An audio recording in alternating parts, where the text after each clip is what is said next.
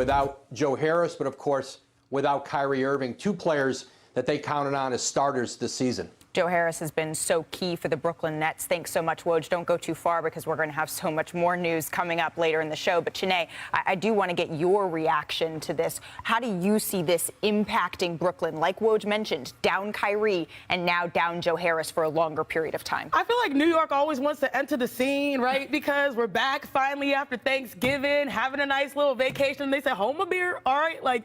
And so when you think about, overall with Joe Harris switching from the Knicks now to the Nets, this is a big story. Kemba might be a small story per se because it's a rotation change. This is someone that's going to be out for 4 to 8 weeks. And let's talk about his impact. I know people might see 11 points and oh, how much does he help? Spacing the floor is important. Without Kyrie Irving helping, James Harden get going is important, especially with a 46% three-point shooter. And before he was out, early in November, he was shooting around 60% from three. Yep. This is the team that is leading the East right now, despite all of the hullabaloo that's been going on. Right.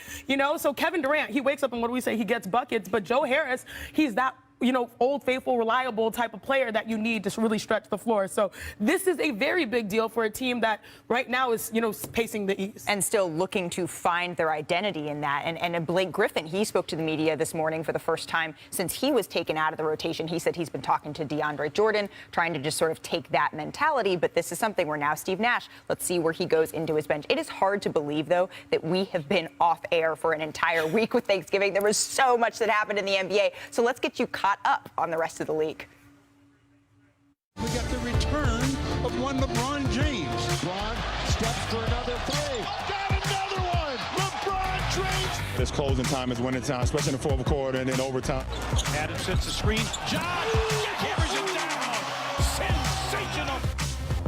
Oh, backdoor cut Edwards. Look out. Oh, offensive foul. If I'm refereeing that game and you dunk on someone like that, I'm not calling charge. At Madison Square Garden, Knicks and the red-hot Phoenix Suns. Bridges gets ahead, drives inside. Oh, and a slam from Bridges. Able to hold off Brooklyn and win its 16th straight game. Maker wiped out Lillard. Curry three. Steph down the lane, behind the back to Draymond. Good control of it. Buddy Hield, look at his shot. Got it! Ingram four. The ball is away. Graham. Oh! Hits the three! He goes to the upper room, baby. That's a 10. All the way. Oh, yeah! Look at that bounce pass. LeBron to 80! With 31! He's going psycho! Psycho Steph is a killer! It's like the little flex situation. Spicy Steph, Yes. That was a packed week. So let's go coast to coast. The Suns are just like a literal swirling ball of fire right now. They just keep winning, and that includes finishing their 4-game road trip with back-to-back wins against the Knicks and the Nets over the weekend. And they're now at 16 wins in a row. What's the most impressive part about this streak, Chiney? They're playing better defense, and they also have an increased pace, which leads to Chris Paul assists with the run and gun. Devin Booker, really knocking down shots. So all things are moving in the right direction. They are looking incredible. But the Warriors, the winners of their last 7 straight, they get their shot at the Suns on Tuesday. And after yesterday's performance, Stephen Curry has made 100 career games with 7 3-pointers. That's 58 more than any other player. Oh, and by the way, he became the fastest player to make 100 threes in the season, needing just 19 games to do so. So, Ramona, is Steph the leading MVP candidate right now? Oh, yeah. I mean, look, I'm one of those who voted for Steph last year because of how he did with a team that was not as good. But it's what he's doing defensively that is most impressive. He had 6 steals yesterday, Malika. 6 steals. And after a triple overtime loss to the Kings on Friday, the Lakers, they eked out one against the Pistons yesterday, continuing their trend of alternating wins and losses over the last 6 games. The Lakers' big 3 combined for 82 points. That's just too shy of matching their most for the season. Was this the best performance for the big 3 this season, Mark? This is disappointing. I don't care how many points they score. This is the Detroit Pistons. They just lost to the Kings without Harrison Barnes or Holmes. But they need to do better. They opened it up in the third These and they are beat 3 the Hall of Famers, perhaps the greatest player of all time. You didn't like all the points they put up together as a big 3, or? No. You know that you got to Detroit take a still look had at a this chance at the end tweet, of the though. game. Following the win against the Pistons, Kendrick Perkins was on Twitter, so he tweeted, "Carry the hell on." And then LeBron James responded, "You're absolutely right. Totally agree with you. Carrying on with this glass of wine in my hand as I type this little flex." So, Well, they could carry the hell on about the Pistons and the Kings making them challenged. That this team is supposed to be much better than that. well, they have to beat the teams that are in front Are of we? them, right? Should we be concerned? This is my Is turn it too to ask early? questions. I think bad. I You're think right. Mark's fired up over there. Right, Mark is fired up. I'm like, all right, we're Hurts gonna my let him guy. go. I'm not feeling that tweet though. Okay. Yeah. All right. Well, Mark, we do this every Monday. We ask who stood out over the weekend and who needs to step it up. So let's start with the team that was the biggest winner of the weekend, Chene. Phoenix Suns, clearly, I just love the brand of basketball that they're playing. And you know what I realized, during the span of their win streak, their pace has been extremely impressive. Their defense has been great. Mikal Bridges has been holding it down. Was it 7 steals against the Nets? So yeah, a lot of times, and I know we're going to talk about the big matchup versus the Warriors coming up, but like these two teams that are known for their shooting have been doing it with defense, which is commendable. Look, I mean, I think the Suns, they know who they are. And they are really good right now, and that's a sense of belief and a sense of purpose that they have out there. I'm excited for this game on Tuesday. I'm excited. Absolutely. Home I mean, and they got home. off to Phoenix that Warriors. really early shaky start, and now it's like kaboom. I'm so excited to see them. Yeah. Mark? And the fact that they've done this after the Sarver thing, we don't even talk about the Sarver deal anymore.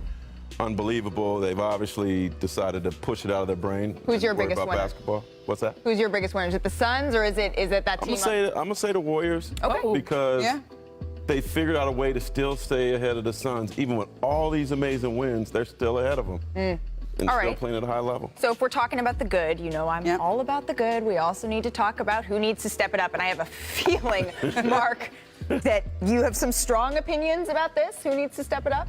The Lakers. Oh, we're shocked. I couldn't tell. We're shocked. But Didn't know. the one thing you got to understand, this is out of respect. Yeah. Like, I expect more from this team. They're supposed to be phenomenal. I picked them to win the West. Like, I want more. So this isn't like I'm hating. This is like tough luck. Okay. No, I tell you, Okay. I watch them every night. It's hard. It's hard to watch. It's not good basketball. I think the team that needs to step up, and this is a little bit of a backhanded compliment, okay? But I think it's the Philadelphia 76ers. You got your guy back. Joel Embiid is back. They kept it. They tried to hold it down without him. It didn't go all that well, although I thought they competed. But he's back. 42 points in that game against Minnesota. That was one of the best games I've seen all year. Minnesota, winners of 6 of 7. They should be. They look like they're going to be in the play-in tournament, or at least contending for that. But I think it's Philadelphia. This is a team that had eyes on an Eastern Conference championship this year. They've had a lot of injury setbacks. Joel was out for 9 games with COVID. This is now the time where you got to get it going. Tobias Harris also missed some time. They've missed some time with their core. So right now, let's see it. Yeah. Janae, who do you think? If I had to, I like this. I like being Switzerland. If I had to identify a team in the East, I would go with Philly. For obvious reasons, they're just getting Joel back. But you sometimes are nervous for Joel because it seems like he's always trying to manage just good enough so that he can be good enough for them in the playoffs. But like, what is that ceiling? And then obviously they're still dealing with the lack of Ben Simmons. But on the other side, I'm right there with you with the Lakers. I mean, I played for the Los Angeles sports teams, the Sparks, and you know what that pressure is. You know what that expectation is. It's hard to assimilate 12 new players, and they've had enough time. Glad that they got it. No matter what, you got to play against the opponent that's right in front of you. Right. So yeah, I understand that we have high expectations. But I will say this: She hit it they with have the an opportunity. But they have an opportunity in front of them to rewrite some of the recent bad history coming up against the Kings, the one that they just lost. That's what is it, tomorrow or the day after? And then on Friday we have the first battle. Yeah, we have the first battle of LA. Versus the Clippers. Listen to what you just said. What? They're trying to right things against Sacramento. Well, and I love my boys in NorCal, but you asked a question. You turned the table. I like this angry spirit. This is like fun. this. Spears showed up This is frustrating. He You did and ask James the Worthy. question whether or not the Lakers had a big enough sample size. Yeah. They've had enough games, but have they had enough games with everybody healthy? We're going to get into all of right. that Good point. because we are just getting High started expectations. here I got high on expectations. NBA Today. Coming up, the Rockets are, and please forgive me for this pun, they're tearing there it down is. the wall Yep, with their star point guard, I see what you did Woj, there. with the latest, and Denver's $200 million man is out indefinitely. What impact does Michael Porter Jr.'s injury have on Denver's title chances? And it's the matchup that everyone wants to see. Warriors at Suns tomorrow night. What's the key to each team getting the win? NBA Today rolls on.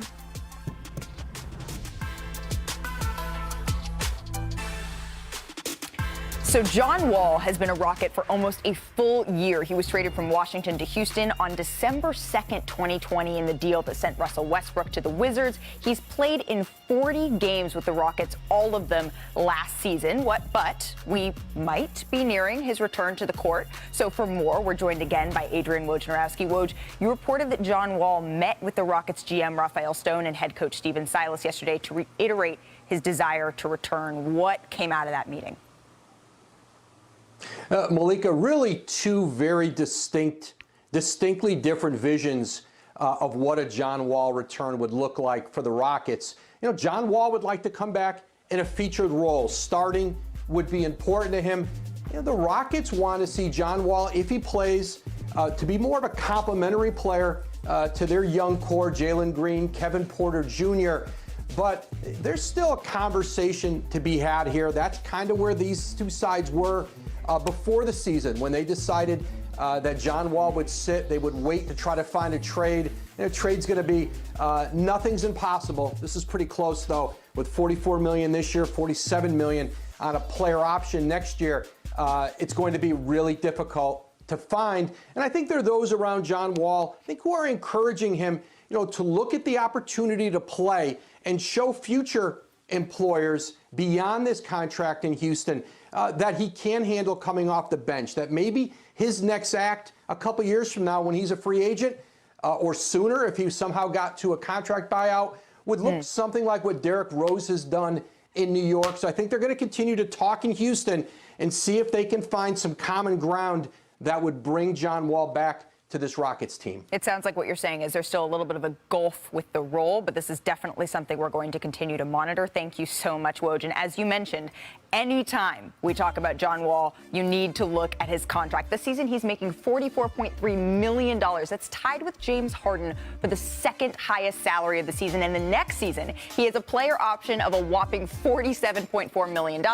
Only Steph Curry has a higher salary. So, joined again by the queen of H-Town herself, Chiney Ogwumike. So, Chiney, put yourself in John Wall's shoes here. What's the best possible outcome for this situation? The best possible outcome is to go out there and play. And I do think that it's interesting timing, you know, after Jalen Green's, you know, small injury to the hamstring. Right. Now he wants to play. He sees an opportunity. He sees a void where maybe he can prepare and step into that place. And in the short term, advertise his skills as an NBA player. This is a guy that was a 5-time NBA All-Star. He's someone that in 40 games last season averaged 20 points per game. I know a lot of people have criticized his game, but he's still valuable. I know there's stigmas that happen to players dealing with injuries or in the aftermath of injuries. Sure. I know this personally, but the reality is if you want to sort of find a new home, the best way is to show people that you are still valuable. And it's so much easier to trade when people say, oh, I saw him play for about 10 or so games and it looked good. And I will say this also. The video of the weekend to me was Klay Thompson, you know, sitting on the bench and sort of emotional about not being out there and his teammates helping it through it. When you're, and you know, John Wall's about the same age as Klay Thompson, and I think it's really fascinating because these guys miss the game, even if they're trying to find another destination. And so I've heard he's been a consummate professional. He wants an opportunity. It might take him a couple weeks to get himself acclimated to go play an NBA game.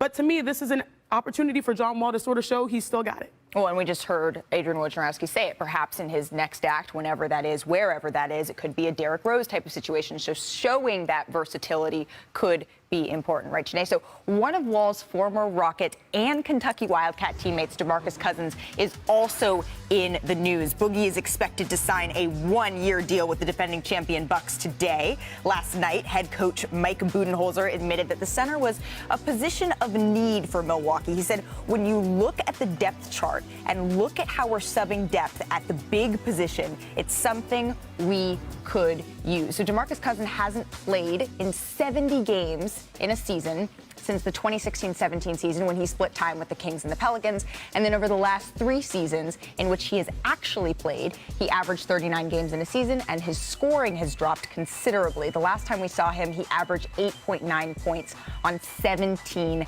minutes per game. So, joined again by the undefeated's Marc Spears. Thank you, Marc. You have a tight relationship with Boogie from your time covering the league, so you have some good perspective on this. What went into him signing with the Bucks? Well, Boogie lives in Las Vegas, and actually the Denver Nuggets worked him out recently, seriously considered him. He had another workout on the docket with a Western Conference team I can't name.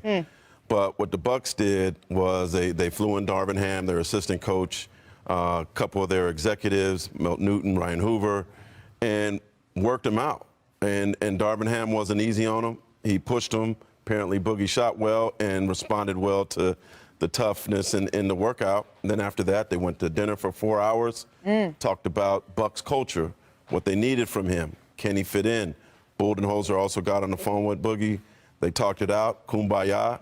Now he's signing with the Bucks. And here we go. And when we know, right, that a 4-hour dinner, that is certainly part of the I wonder where they went. Right, that's part of the Mike Budenholzer Bucks culture. So we know that they need that big depth. Brook Lopez has been out dealing with a back injury. What'll it take to get Boogie Cousins actually on the court in a game situation? Okay, well, the Bucks had him take a flight out this morning to Milwaukee. He had to take a COVID test, a cardiac test.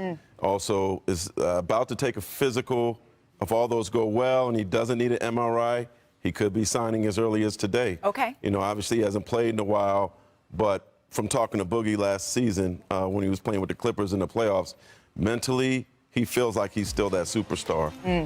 He feels offended when he comes in on the second team and some dude he used to destroy is guarding him. Now, he's not dunking on everybody anymore. Every once in a while he'll surprise you, but he adds a toughness, a veteran that can score in the post, some size. Somebody I think even when Lopez comes back that the Bucks should keep. The Bucks could be seeing. So Milwaukee is back in action on Wednesday night when they host the Hornets. Thank you so much, Mark. Coming up on NBA Today, the best of the best, the top of the top from the holiday weekend. What was the best part of your Thanksgiving dinner?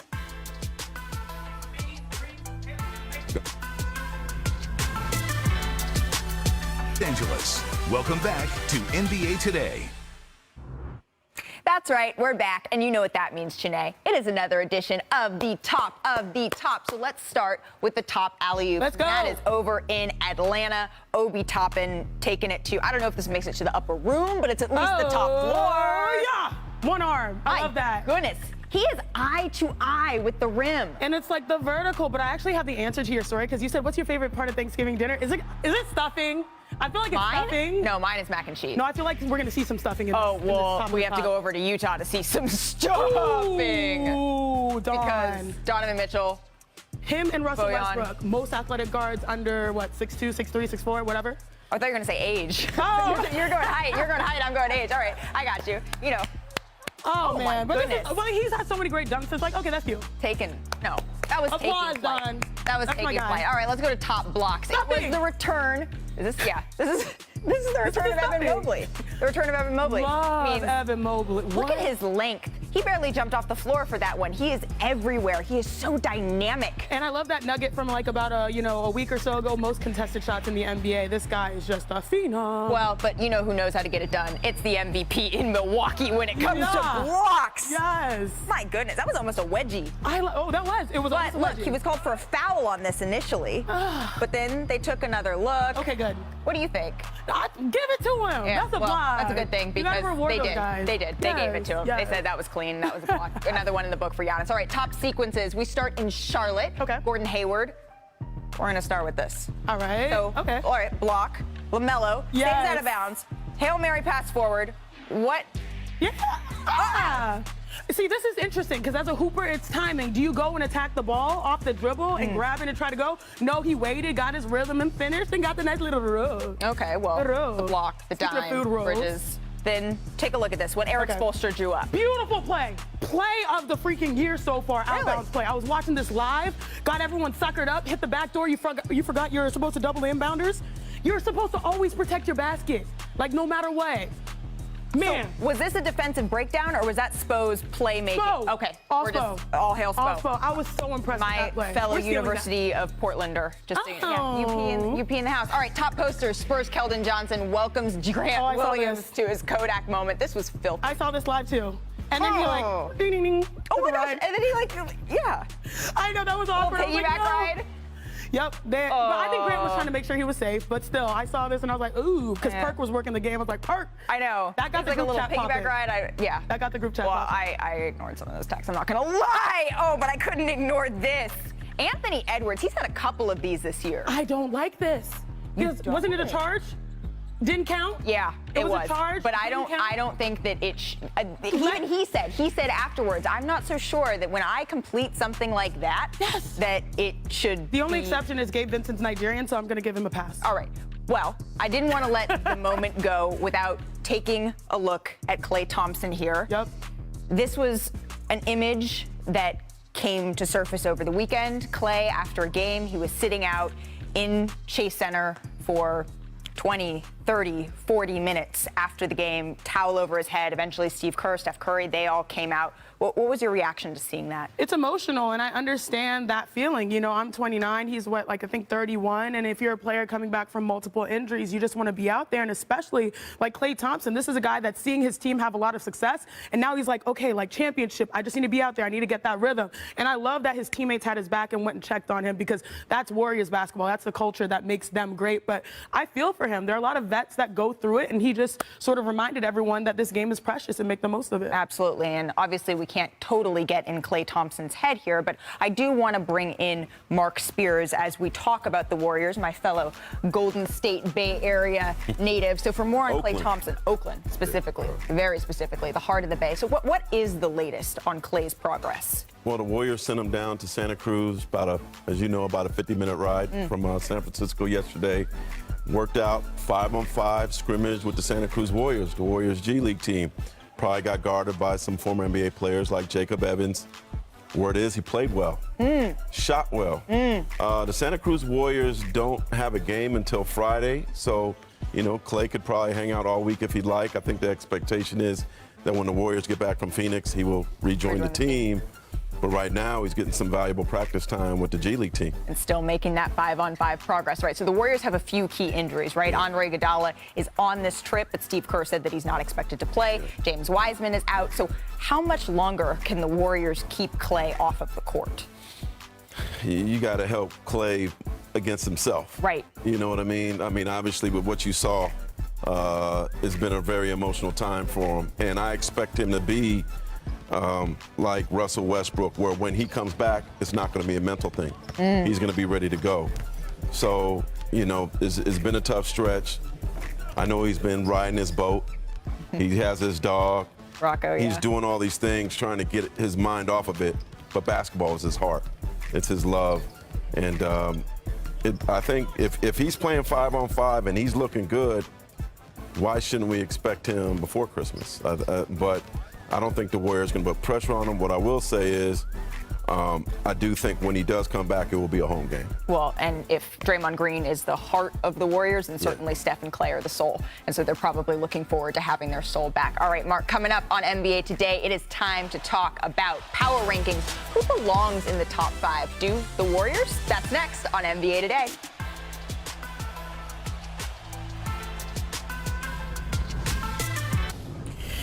Hey, Richard, the streets, they ain't undefeated, but the Suns are for the last 16 games. Welcome back to NBA Today. Malika Andrews, Marc Spears, Ramona Shelburne, Chiney Ogwumike. All right, the Suns streak, it is still alive, and it is now at 16. So I do want to know, what has it been the key to their win streak? You know what's so funny? I didn't until RJ said it. I was like, dang, that is really more impressive. Yeah, the streets of New York, you actually got that on. I know, that's impressive. They might have went to a day party. Yeah, maybe It's COVID times. Everyone's, taking virtual, their distance. Keeping it classy. Yeah. But you know what? The key to this win streak has really been their defense, and I think that's why we love this matchup versus the Warriors tomorrow, because if you look at it, the Warriors have the #1 defense in this win streak. They've had the second one, so they've upped their defense, and I said it earlier in the show, they've also upped their pace. They work hand in hand. When you're able to get stops, you can get going, and you know who benefits them. I guess there are two guys that benefit from this. Chris Paul leading the NBA right now in 10 assists per game in assists, and then run and gun. Devin Booker, boy, talking about that back-to-back, 32 and 30 points per game in those matchups. So the key has been their defense leading to offense, and then shooting the ball well and being quite comfortable. When you mentioned good defense, the Clippers, they also have an incredibly good good defense, and we saw what the Warriors did to them. So I am excited for this. Ramona, what has been the key in your eyes for the Suns? Look, I think this all started way back in the bubble when they won those 8 games. They know who they are. They have an identity on both sides of the ball. They all know their roles. And now it's just about executing. And I think you have to give a lot of credit to Monty Williams for getting that team to buy into their roles, into what they're doing. They look like a confident team. And when they take the court out there, they expect to win. Like, this is not a surprise for them to win 16 in a row. They go into New York and they win in Brooklyn. They win in New York. This is not shocking for them because they're expecting to win every night. And that's when you get a good hot team like this. Now, I'll tell you what, the Warriors have already been scouting them. Okay, we talked to Steve Kerr and Steph Curry yesterday at the game. Oh yeah, we watched that Brooklyn game. We broke that down. Oh yeah, we saw it. Well, we were talking about the Suns, but we're already like, West leader on a collision course tomorrow night with the Warriors and the Suns. So Mark, what are you expecting from that matchup? I think the Suns have to, if there is something that's somewhat of a weakness or is a weakness for the Warriors, it's their lack of size. So I think they have to get a heavy dose of JaVale McGee. Is that what you're trying to say? What's that? Are you trying to say Draymond Green is undersized? Let me finish. Let me finish. Because he'll hear that. Let me finish. Go, Mark, go. DeAndre Ayton, JaVale McGee, I expect them to have a heavy dose of that. That being said, Draymond loves these opportunities to push on the big guys and be a bugaboo to them. Oh, like that. You know, bothersome, get in their ear. Yeah, you big and you still can't score. Start messing with their head. So I expect that. Small. Yeah, but that's what the Suns, I think, need to try. That's the one thing is use size against the Warriors. That's the only thing I can think of. Okay, so to force them to try to, Kevon Looney, we're hanging on you. Nemanja Bjelica, we're hanging on you. What do you think? What are you looking at in this match? I think that's a great point, Mark, because if you look at the quote-unquote areas where they have struggled, they've always had that lack of consistency from the center position back since 2014. So but every year they find a way to make it work. Again, right now in the NBA, the Warriors have the best defense. Houseway? How? You know, it's by, playing team basketball, by switching, communicating. There's no team with better chemistry than the Warriors. They are it's fun how they switch from heroes to villains to heroes again, and give me more Steph Curry villain. Well, I love that energy. You like the I love it all. Yeah. The Steph Curry villain when he was teeing up the ref after he got teed up. What do you see in this matchup? Look, I mean, Steph used to be known as a defensive liability. Like, you had to hide him on defense. You can't say that about him anymore. Excellent And point. it's not just him with 6 steals, it's the way he plays team defense. He's also put on a lot of muscle. Steve Kerr said he's in the best shape of his life. Draymond yesterday said it's like he has to follow around the weight guy every day. I mean, he's just like in the weight room all the time. He is bulked up, he's stronger. You can't get away with just pushing him around anymore. You know what helped them? I'll say this real quick. All that time off they got. Yeah. Well, and back a bubble. Yep. We saw Steph Curry not going say to the Olympics. that was the lowest point for him, and so it was a good point for his body. So watching all of that, so I do want to ask you this though, Chiney. So we're talking a whole lot about defense on these two teams, and Draymond said, defense isn't a highlight, defense isn't what we see because it isn't super sexy, but we are talking about a team that has some of the sharpest shooters, like Devin Booker, like a Steph Curry. Is defense what's going to win this because of that, Chiney? Defense in certain matchups, like who Mikal Bridges will guard because he took on. He's coming to be one of the best 3-and-D players in the league. Yes, and he took on the challenge of, all right, I got to guard James Harden. Like, I'm going to step to it. But like you said, Mark, hold on, let me finish for a second. The point you just said about Steph is absolutely true. Just guarded Paul George and was not running for it. He bodied him up. And the difference with Steph Curry right now is his basketball IQ has been on full display on offense for the world to understand and love, and, all that stuff.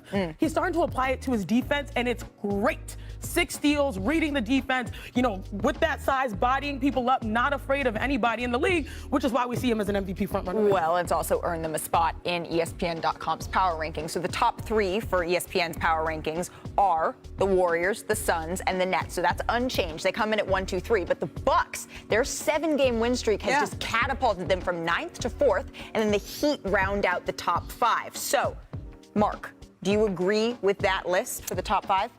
Yeah, but you know how people always give you their top 5 rappers and always give you the 6th man? Yeah. My 6th man right now is the Charlotte Hornets. Michael Jordan's Hornets.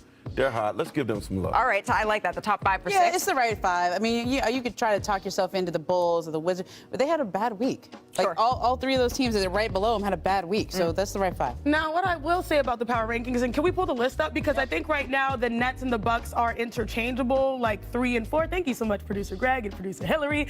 I think you can make an argument that even though the Bucks have more losses, they might be in a better position than the Nets because they have been undefeated when Drew Holiday, Giannis Antetokounmpo, and Chris Middleton play. Oh, and So the defending champs. Oh, thank you. They're defending champs. So I was like, okay, I see that list. Maybe swap 3 and 4, maybe just on the trends. Well, because it's a power ranking, not like a what it is right now. Sure, but this also did come out right before Joe Harris news, so we'll see how that I was trying potentially to slide that in there, you know? impacts for next week. But coming up on NBA Today, speaking of injuries, we're checking in with Adrian Wojnarowski to give you the latest on Michael Porter Jr.'s back injury and what that means for the Denver Nuggets going forward.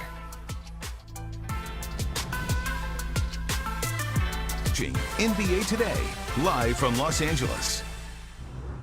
So we're back, and one of tonight's marquee matchups is the Nuggets at Heat. Everyone remember what happened the last time these teams played? So let's take a peek. Just to recap. That was a very dangerous, dirty play. Oh my! Jokic just clobbered Marquise Morris from behind. Oh, no! Blindsiding him. That's just a very dangerous play. Why did Jokic go after Morris? I think it's a very dirty play, and then I just needed to protect myself. Jimmy Butler in the middle of things. Oh, there is bad blood brewing between these two teams. Video and picture is worth 1,000 words. So that was then. Now the Nuggets are in a bit of a rough patch, having lost their last 6 games and 4 straight without Nikola Jokic, who's dealing with a sprained wrist and is listed as questionable tonight. And the Heat, on the other hand, are 6 and 4 since their last meeting with Denver and are coming off a 3-point win in Chicago. But now I want to welcome back in senior NBA insider Adrian Wojnarowski. Woj, one player that we know won't be playing in tonight's game is Michael Porter Jr. You reported earlier today that he's going to undergo a surgical procedure this Wednesday. What else can you tell us about this? Malika, I talked to his agent, Marc Bartelstein, today with Priority Sports, and he says that they're going to determine that timeline on a return for Porter Jr. after the surgery. There's still scenarios where Michael Porter Jr. could play again this season. Certainly, they're going to be cautious. He has had back issues before. He had surgery prior to his rookie year in the NBA. It's what caused him to drop all the way to Denver. And this is a Denver organization that just over a year ago, I think many would have agreed, this is the best young core in the league.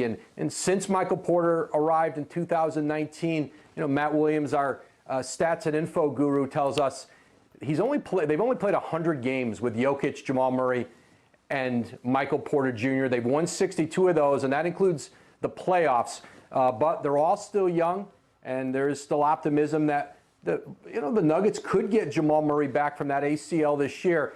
And then they'll wait and see after Wednesday's surgery about what it looks like with Michael Porter Jr., who, of course, signed a 5-year max extension in the offseason. That new deal starts next season, Malika. Well, and you mentioned it. This is not his first bout with back injuries, back surgery, so we wish him a speedy recovery. And, Woj, we know you'll keep us updated on any return timeline. But I do want to bring back in Chiney and Ramona. So without Murray, without Michael Porter Jr., without Jokic, at least for now, Chiney, what does Denver need to do, looking at this upcoming stretch, just to stay and get and then stay above 500? Everything.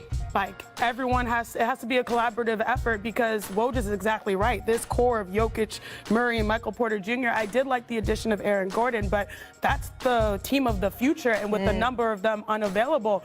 And so this is going to have to be a team effort to keep them afloat, especially in the West where you know that anything can change on any given day. There are opportunities, but right now it seems like the cards are stacked against them. But I don't know, Ramona, what do you think? Look, they have a fundamental decision to make. They are, Bobby Marks is the best at this, and immediately came with the information that I was looking for. Absolutely. They're $1.9 million below the luxury tax, okay? If they go and get an injured player exception or disabled player exception for Michael Porter Jr. for the rest of the year, that's $2.6 million. So that puts them over the luxury tax. Yep. This is a financial decision. You have a team that you don't have 2 of your top 3 players, and your MVP candidate has a wrist injury right now. You could look at that team and say, you know what, just call it a year. Just play your young guys, develop, come back next year when everybody's healthy and strong. You could look at that and say, we don't need to break the bank on a team that is treading water with injured players. But you can also look at it and say, we have Nikola Jokic, who is an MVP. Sure. And you don't want to waste any years in his prime, especially when you saw what he did last year without Jamal Murray. And there are players that you can go get. Do you want to go and try to find a replacement now? It's going to cost you money. You're going to go into the luxury tax. But do you go and try to find a replacement for Michael Porter Jr.? Go, I don't know, Kemba Walker. Finding a replacement for Michael Porter Jr., I mean, that's a tough ask with how he had been playing. Janae, how would you see plugging those holes, especially considering their upcoming schedule? It really is a mixed bag here. They have some tough games. It's not like, oh, this is just coasting off easy. It's not like, whoa, this is the hardest schedule we've seen. There's a little bit of everything coming. Yeah, I think you start playing, it's unfortunate, but like when you go on the road, right, you say, all right, like we want to at least split games on the road so that when we're home, we're in our comfort zone and we can control a little bit more of our destiny. So if you're able to, steal wins here or there, I think that's the best outcome for them. But right now they're 9-10, and when you were mentioning having an MVP candidate or player in their prime, it reminded me of you do excellent reporting, Ramona, on Joel Embiid and the 76ers, and there's a sense of urgency of maximizing on that prime in real time. And so if there is a good chance that you are able to string together a couple of games that keep you competitive in the West, then definitely shoot your shot, pun intended. But if not, maybe you play the safe route. All right. Well, so tonight's game against the Heat is the first of 7 straight on the road for the Nuggets. That's their longest trip of the season. They've got a tough couple of matchups on the East, but if there's any consolation, 4 of those 7 games are against teams that rank in the bottom 5 in win percentage. So we'll see. So sticking with the East, Kemba Walker, we're going to have much more on him being out of the rotation, according to Tom Thibodeau, with the Knicks. Stick around. More NBA Today after this.